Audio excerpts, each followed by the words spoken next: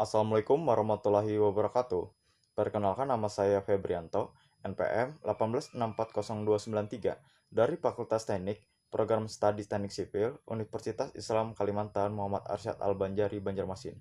Di sini saya ingin menjelaskan tentang hidrologi dan sistem tata kelola air alamiah, mata kuliah Rekayasa Lingkungan, dosen pengajar Bapak Adi Surya STMT.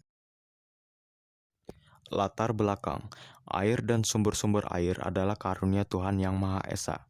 Air merupakan zat yang paling esensial dibutuhkan dalam setiap aspek kehidupan. Dan kita semua tidak dapat hidup tanpa air. Karena pentingnya air dalam kehidupan di bumi ini, maka dimanatkan kepada manusia untuk menjaga air dan sumber-sumber air dari segala bentuk perbuatan yang menimbulkan kerusakan.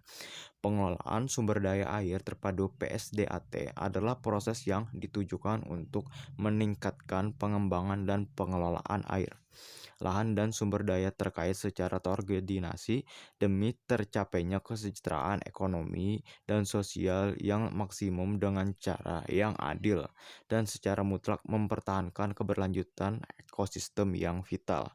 Kependudukan, permukiman, dan pencemaran sampah (DAS kritis), kekeringan, banjir adalah masalah-masalah yang sering cenderung rutin muncul, dan ini semua memerlukan pengelolaan yang terpadu, menyeluruh, dan berkesinambungan melalui pengelolaan sumber daya air secara terpadu atau SPDAT.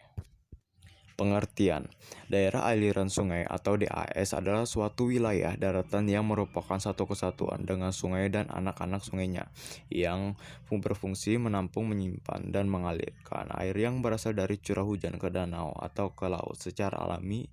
Yang batas di darat merupakan pemisah topografis dan batas di laut sampai dengan daerah perairan yang masih terpengaruh oleh aktivitas daratan.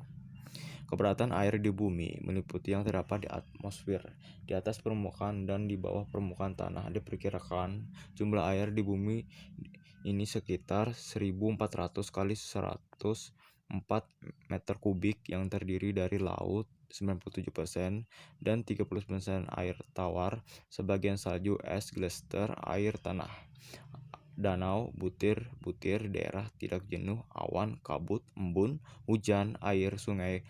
Peredaran air secara alamiah diatur siklus daur hidrologi.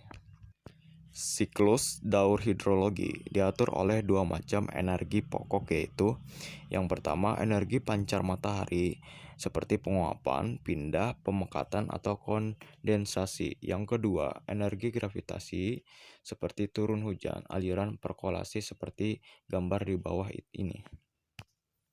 Sumber daya air dapat didefinisikan sebagai berikut. Yang pertama, air.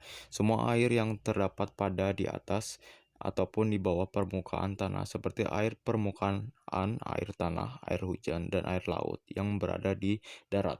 Yang kedua, sumber air, tempat atau wadah air alami dan atau buatan yang terdapat pada di atas ataupun di bawah permukaan tanah. Yang ketiga, daya air, potensi yang terkandung dalam air dan atau sumber daya air yang dapat memberi manfaat ataupun kerugian bagi kehidupan manusia dan lingkungannya. Yang keempat, sumber daya air, sumber daya air yang dikandung di dalamnya. Lingkup kegiatan konservasi SDA atau sumber daya air. Lingkup kegiatan konservasi SDA, perlindungan dan pelestarian sumber air. 1. Rehabilitas hutan dan lahan, serta pelestarian hutan lindung, kawasan suaka alam, dan kawasan pelestarian alam. 2. Perlindungan sumber air dalam kaitan dengan pembangunan dan pemanfaatan lahan pada sumber air, pengendalian pengolahan tanah di daerah hulu, serta pengaturan daerah sempadan sumber air. Yang ketiga, pemeliharaan kelangsungan fungsi resapan air dan daerah tangkapan air, serta pengisian air pada sumber air. Yang keempat, pengendalian pemanfaatan air. Yang kelima, pengaturan prasarana dan sarana sanitasi. Perlindungan dan pelestarian sumber air terlihat pada gambar dan tabel. Reboisasi hutan. Yang pertama, kewajiban pemerintah mengatur agar fungsi hutan pulih kembali. Yang kedua, penghijauan lahan milik masyarakat. Yang ketiga, memilih tanaman yang dipanen bukannya pohonnya seperti buah-buahan gentiri. Yang terakhir, memberikan bibit tanaman gratis kepada masyarakat untuk ditanam di lahannya.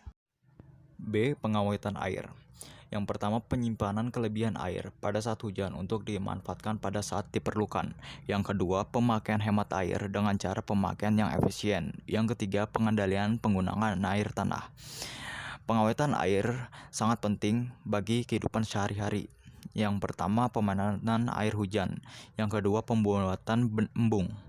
Yang ketiga, pembangunan bendungan. Yang keempat, pengendalian pemakaian demand management. Yang terakhir, pengendalian pemakaian air tanah terlihat pada gambar di samping. Pengelolaan kualitas air dan pengendalian pencemaran air terlihat pada gambar di bawah. Yang pertama, satu, perbaikan kualitas air pada sumber air. Yang kedua, perbaikan kualitas air pada prasarana sumber daya air. Yang ketiga, pencegahan masuknya pencemaran air pada sumber air dan prasarana sumber daya air yang memiliki pengelolaan kualitas air serta pengendalian pencemaran air terlihat pada gambar tersebut. Contoh metode pendayagunaan air alami terlihat pada gambar pertama. Air untuk pertanian berguna untuk masyarakat petani untuk melangsungkan kehidupan sehari-hari sebagai petani. Yang kedua, untuk air pertanian. Yang ketiga, air untuk industri. Yang terakhir, air untuk transportasi terlihat pada gambar tersebut. Manfaat hidrologi. Manfaat hidrologi sangat berperan penting bagi kehidupan sehari-hari yang sangat berguna bagi manusia dan juga alam sekitar. Terlihat pada gambar tersebut, kita melihat bahwa manfaat hidrologi sangat berperan penting di kehidupan sehari-hari maupun aktivitas sehari-hari. Memanfaatkan atap untuk tangkapan air hujan, selanjutnya dialirkan ke bak penampungan air hujan atau PAH. Terlihat pada gambar tersebut, seorang lelaki melaksanakan aktivitasnya di mana mereka memanfaatkan atap untuk tangkapan air hujan. Jaminan air bagi ekosistem. Yang kita ketahui, air sangat berperan penting bagi kehidupan manusia ataupun hewan maupun lingkungan sekitar. Terlihat pada gambar tersebut, kita melihat seekor burung yang sangat gembira, senang, dan memanfaatkan alam sekitar lautan air sebagai tempat siklus kehidupan sehari-hari dengan menangkap ikan, memakan, serta melaksanakan reproduksi di mana elang ataupun burung-burung lain sangat berpotensi penting bagi kehidupan alam, menjaga kehidupan alam sehingga alam menjadi seimbang. Kesimpulan yang dapat saya petik dan saya ambil dari hasil presentasi saya adalah hidrologi dan sistem tata kelola air alamiah adalah upaya cara dan pengelolaan sumber daya alam dan lingkungan di mana pemanfaatan air sebagai bagian pokok dari kehidupan manusia, dan seperti semestinya manusia membutuhkan sumber daya alam buat keberlangsungan hidup untuk membangun kesenjangan antar manusia. Dari situ tata cara sistem kelola air alamiah digunakan untuk memenuhi kebutuhan hidup manusia dan lingkungan. Sekian hasil presentasi yang dapat saya sampaikan. Salah hilap mohon dimaafkan, kalau ada kata salah atau kekurangan saya minta maaf. Wassalamualaikum warahmatullahi wabarakatuh.